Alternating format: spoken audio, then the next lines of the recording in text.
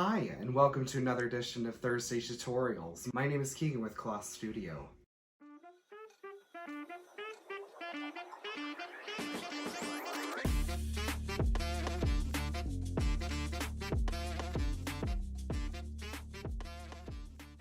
Today we're going to be talking about various different starch products and how to properly prepare your fabric so that it is nice, crisp, and beautiful for you to be able to cut and have the most success with accuracy in cutting all of your different pieces. First, we're going to talk about all the different types of starch products there are out there.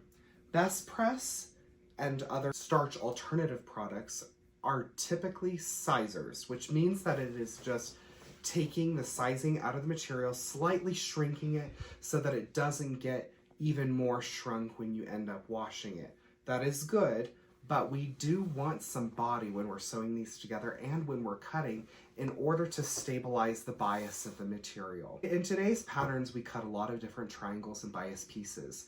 These pieces can lead to stretching as we sew them or even as we cut them if we're using even just a slightly dull blade. So we need to use different products in order to give a little bit more body and actual crispness to the material. A lot of people use normal spray starches like Faultless that you would find at the grocery store in order to achieve this kind of body in your material. I don't typically like Faultless because of two different things. One, it flakes on everything it touches. When you scratch it, it flakes and becomes white and leaves a residue on your material. It can also leave a residue on your iron base plate, which will then kind of caramelize onto the bottom of your base plate, kind of creating a mess for you to clean up later. There are two different starch products that I really love and use all the time. One is Flatter. Flatter is kind of a little bit more body to a best press. If you come into our store, you can touch and feel all of these different samples that we have available to know all the different mixtures and different feelings for all the different materials that are treated with different starch products. The Flatter does give a little bit of extra body to the material versus an unstarched material, but ultimately, Terrio Magic is what gives it a absolute lovely crispness to it. We don't typically want to use full body Terrio Magic. Not only is that going to be very expensive for you in the long run, but it also still remains quite crisp when we mix it with either 1/4 water to 3/4 Terrio Magic or half Flatter and half Terrio Magic. Not only will it give it a great scent, or also be scentless, as with this different flavor of Flatter, but it will still give you the great body that you need for the bias stabilization for getting accuracy in all of your projects. So what I'm going to do first is I'm going to take my mister bottle and I'm going to create my lovely little potion of half Flatter and half Terrio Magic, and we'll be right back. I'm going to take and I'm going to pour in half Terrio Magic. So I'm going to pour this until it's about half full. And then I'll stop, cap this guy, set him to the side, and I'm probably going to use this lovely fig flavor right here. Yummy.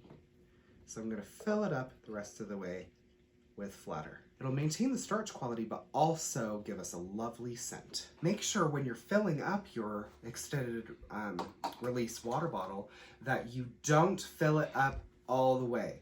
You don't want it to reach the neck right here because of this apparatus right here. It actually takes up a lot of space. And so if you fill it up quite to the top, then what happens is it just kind of spills over all onto your work surface. What I'm going to do now is I'm going to prepare my material. I have my iron on nice and hot. It's ready for me to steam and go. But what I'm going to do is I'm going to take and open up the material completely open. Like we talked about in previous videos, a lot of materials are not wrapped even to the weave of the material. And so I like to press all of my materials completely open and then create my own center fold crease so that I am able to make sure that it's completely nice and accurate. I'm gonna make sure that my material is completely nice and saturated with the product. We don't want any dry spots, because that will mean that is not going to be starched. I also recommend, if you're doing large quantities of fabric, instead of doing this and pumping the spray bottle, I recommend using like a mop bucket or a plugged sink or bathtub, depending on the amount of yardage that you are doing at a time, to be able to then dunk and then completely wring out your material. A nice thing as well is that we do need to wait for this material to almost dry before we start ironing it. Otherwise, you're going to get that kind of caramelization effect and scorch your material if you do it a little bit too early.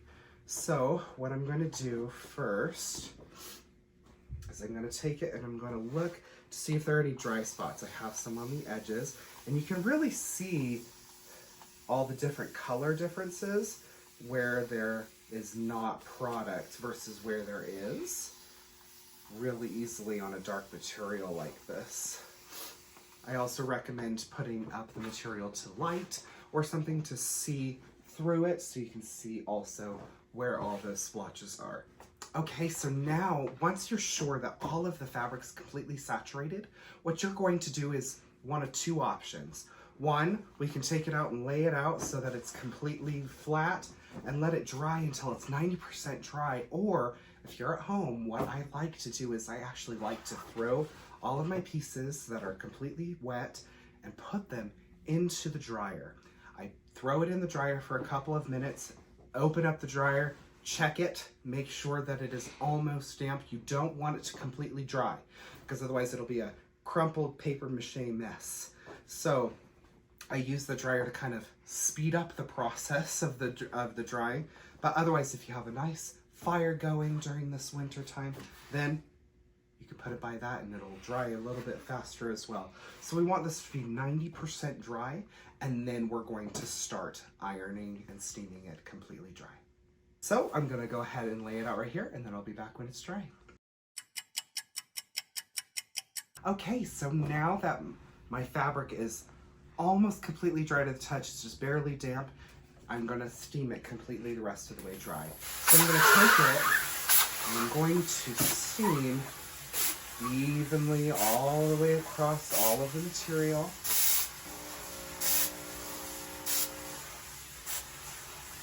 Until it's dry.